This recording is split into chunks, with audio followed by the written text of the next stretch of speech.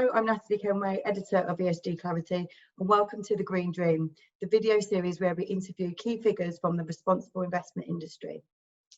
Today, I'm pleased to have the CEO of Nordea Asset Management, Nils Bolmstrand, joining us from Stockholm. Thank you for taking the time to speak to me today, Nils. No, thank you very much for having me. Well, Europe and Nordea have been leading the stance on ESG investing. What does ESG investing or sustainable investing mean to Nordea? Well, I think it can be encapsulated in four words in reality: commitment, responsibility, proactivity, and transparency. In terms of commitment, my belief or our belief is that the industry and the market is waking up to this trend, and for us, this has been part of our DNA for a very long time now. I think we started screening probably around 30 years ago, and we were early signatories to the UN PRI as well, and then it's been evolving from there.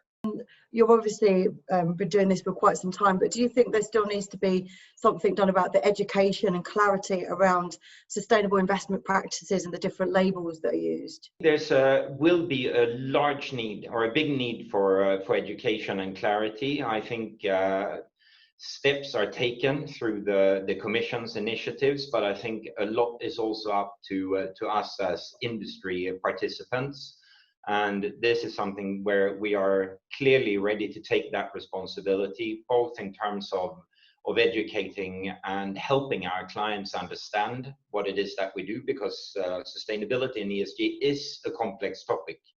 And it is both about the exclusion side of things, but it is also about how do you find the companies that will be winners in this, or benefit from this trend going forward, and helping our clients both understand who they are and why we're investing into them, but also helping them understand how do we engage with companies and why might we invest into companies that might not be leaders today, but where we believe that through investing and engaging with them, we will be able to help these companies develop further into the future, and where we also believe that our clients' money and assets that they've entrusted with us will be instrumental in helping those companies and putting the pressure on them. Do you think that ESG is a product or a service? Should investors have the option to select ESG products or not? Or should ESG be integrated across an asset manager's investment process? This is very much for each asset manager to decide for themselves. The stance that we have taken and what we've been working with for quite some time now is that we do integrate ESG investing into everything we do. And you can take two slightly different angles to this. One is the more exclusion side, where we say that there are behaviors that we simply will not invest into, and where we have excluded companies. And that is something where we believe that this goes through everything in what we do. And then there's another part which is perhaps more the morality part of ESG, and that is something that takes a lot more subtlety in how you work with, and where I believe that that our portfolio managers need to be educated, and they need to integrate this into their business as well. You can also take this or look at it from the perspective of the fiduciary duty of understanding that, okay, there are risk elements to companies with their ESG risk that they carry, and these are things that our portfolio managers must understand, and because it will have an impact on the financial future of the company that they invest into as well. So I think it's a combination of offering enhanced ESG products that are perhaps more on or addressing the morality, but also addressing the financial uplift that companies can have thanks to ESG and innovation. And then there's the other side, which is more the risk side, where we need to understand, could we be dealing with companies with stranded assets, for example. And do you think the debate on sacrificing returns for responsible investments has gone away, or do you think there's still more work to be done? There's still people that have that perception that to invest ethically or sustainably, you do sacrifice some returns? This debate has evolved over time. I don't think that it will ever fully go away, because I think there is something ingrained in us as asset manager that we want all the options that we can have, and any option that gets taken away is something bad.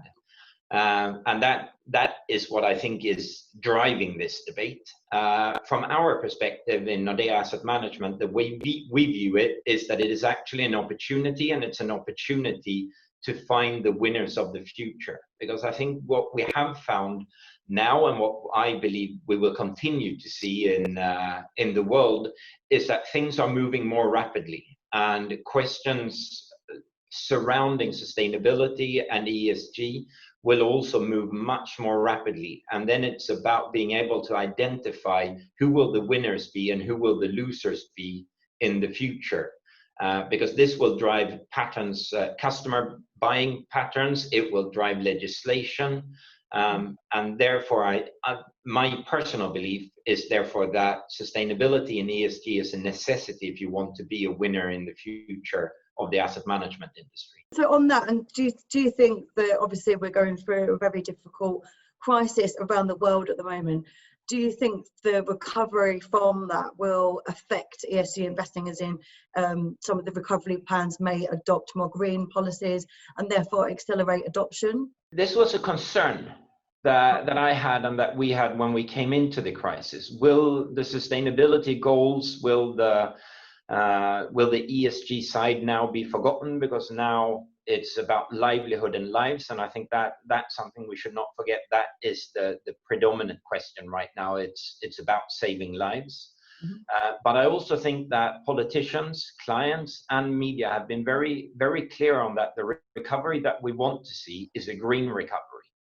And I think that is very encouraging. And I think this varies a little bit from geography to geography, but I think in Europe, it's been made very clear that it is a green recovery. And I also think that the environmental side and the social side actually will be stronger coming out of this crisis.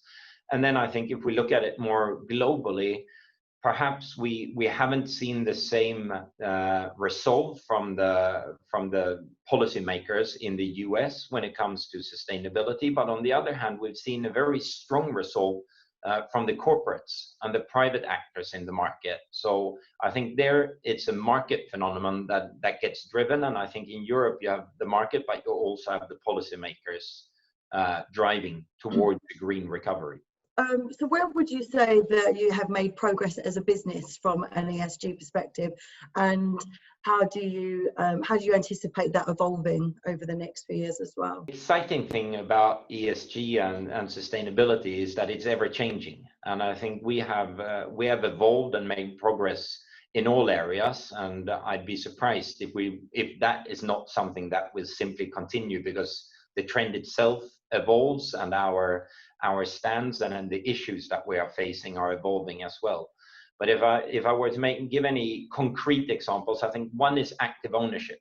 And I think how we are engaging and the number of companies that we are engaging with, and how we are also collaborating with the rest of the industry in those engagements, and trying to get as broad as possible investor base standing behind them. That's an area where I definitely think that we have evolved. The other one is transparency, because I think it's becoming increasingly important to actually tell our clients what are we doing and what impact is that having. And then we also have to be clear with our clients that things don't change overnight. So it's an evolution to a very large degree and not a revolution. And there, I think we're evolving as well in terms of our voter portal, so that clients can actually see how we vote and the information that we disclose on our engagement, so that our clients can follow who are we engaging with and on what topics are we engaging. So one final question that we always end the Green Dream video series on. What is your favourite sustainable snack or hot drink? I would have to say that it would be a fair trade coffee. Well, thank you very much for joining us, Nils. We hope ESG Clarity readers enjoyed those insights. Please keep your eye out for more Green Dream videos on our website. Thank you.